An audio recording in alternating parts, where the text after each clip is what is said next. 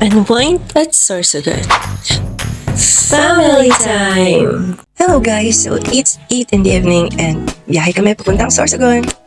And after 3 hours, andito na kami. So yan, take opportunity para magpa-picture sa napakagandang views ngayong gabi. But tomorrow, we're going to prepare ourselves para sa swimming.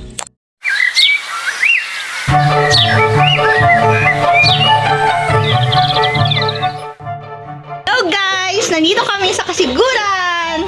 Ayan, so nagsagawa kami na isang challenge this morning. For our first challenge is si Abana Alae. Pakitang tao lang po yun, pero wala po talaga siyang nakayod. Same here. At dahil wala siyang nagawa, binigay niya lang kay papa niya. At yun nga, lahat sila ginagaya na si Ivana.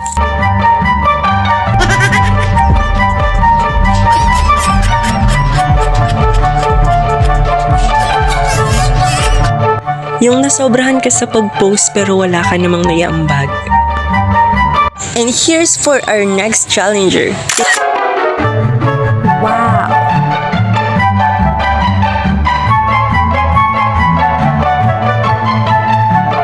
At para sa ating last challenger, tinapos niya na ang laban. Pero dahil vlog ko to, ako yung panalo. So ayun na nga, si Mama Cecil ay nangunguha ng sili na hindi naman siya ang nagtanim.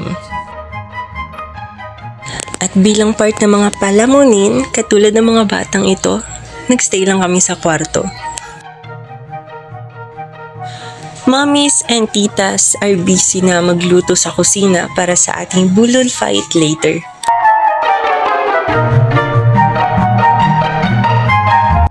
At ang familyng ito ay busy magbalat ng kamoting kahoy. Sa kabilang bahay naman ay busy ring magluto ang mga tatay. And after a few hours, ayan, kainan na!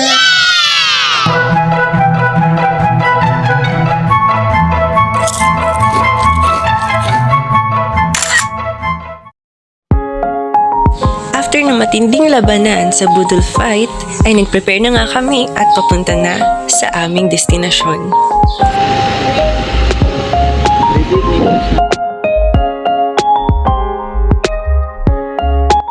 So pagpapunta pa lang sa ating paroroonan, ay ma-enjoy mo na ang mga tanawin sa paligid, katulad ng mga bundok na ito.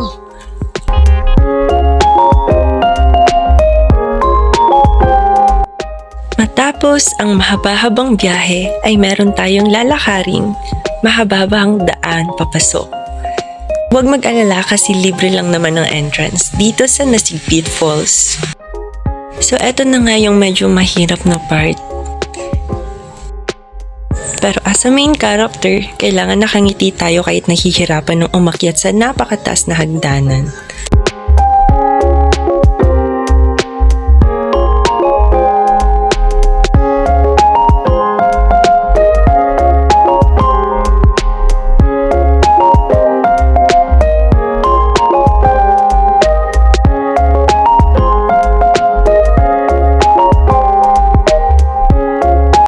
At dahil selfie-holic tayong tao, hindi ako papayag na hindi makapag-picture sa napakagandang Sigpit Falls.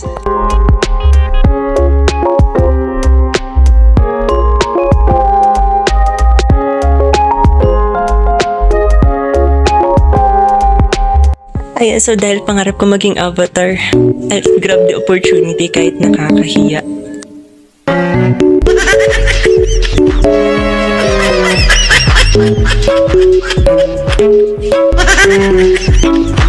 Ayan, so sa other side po ng falls ay may makikita kang unggoy na nakapula.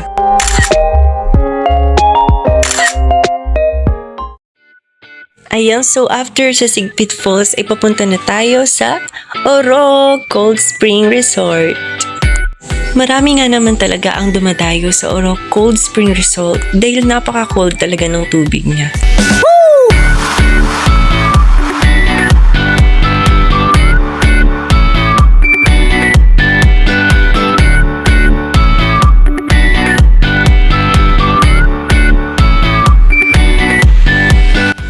Sobrang nga namang lamig ng tubig kaya kanina Hindi ako nakapag-enjoy dahil sa allergy ko, pero okay lang naman as a main character part yan.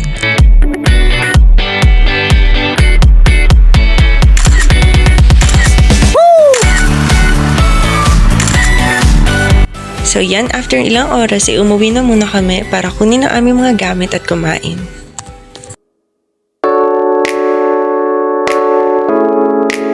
And for the next part ay pumunta na kami sa hot spring resort na kung saan ay mas nai-enjoy ko.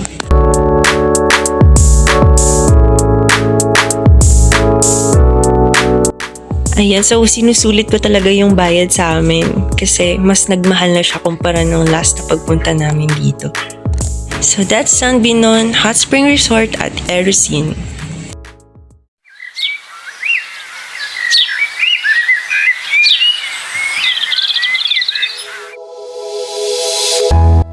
So here's the last day of our visit here at Kasiguran, Sorsogon. Kaya mas naging adventurous na kami that day.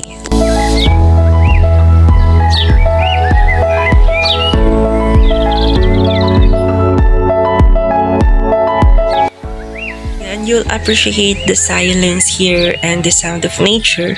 Like marerelax ka talaga. And look what we've found! After namin kumain ay nag-impake na kami at nag-ready na pauwi. At habang nasa biyahe ay mai-enjoy mo talaga ang mga views at kung gaano kalinis ang kanilang kalsada. So our family vlog is now coming to an end. I hope that you've enjoyed the rides as much as we did. We are so thankful to God for all of His creation. From the beautiful landscape to the warm embrace of the family. We are thankful for the chance to explore and appreciate His wonders together as a family.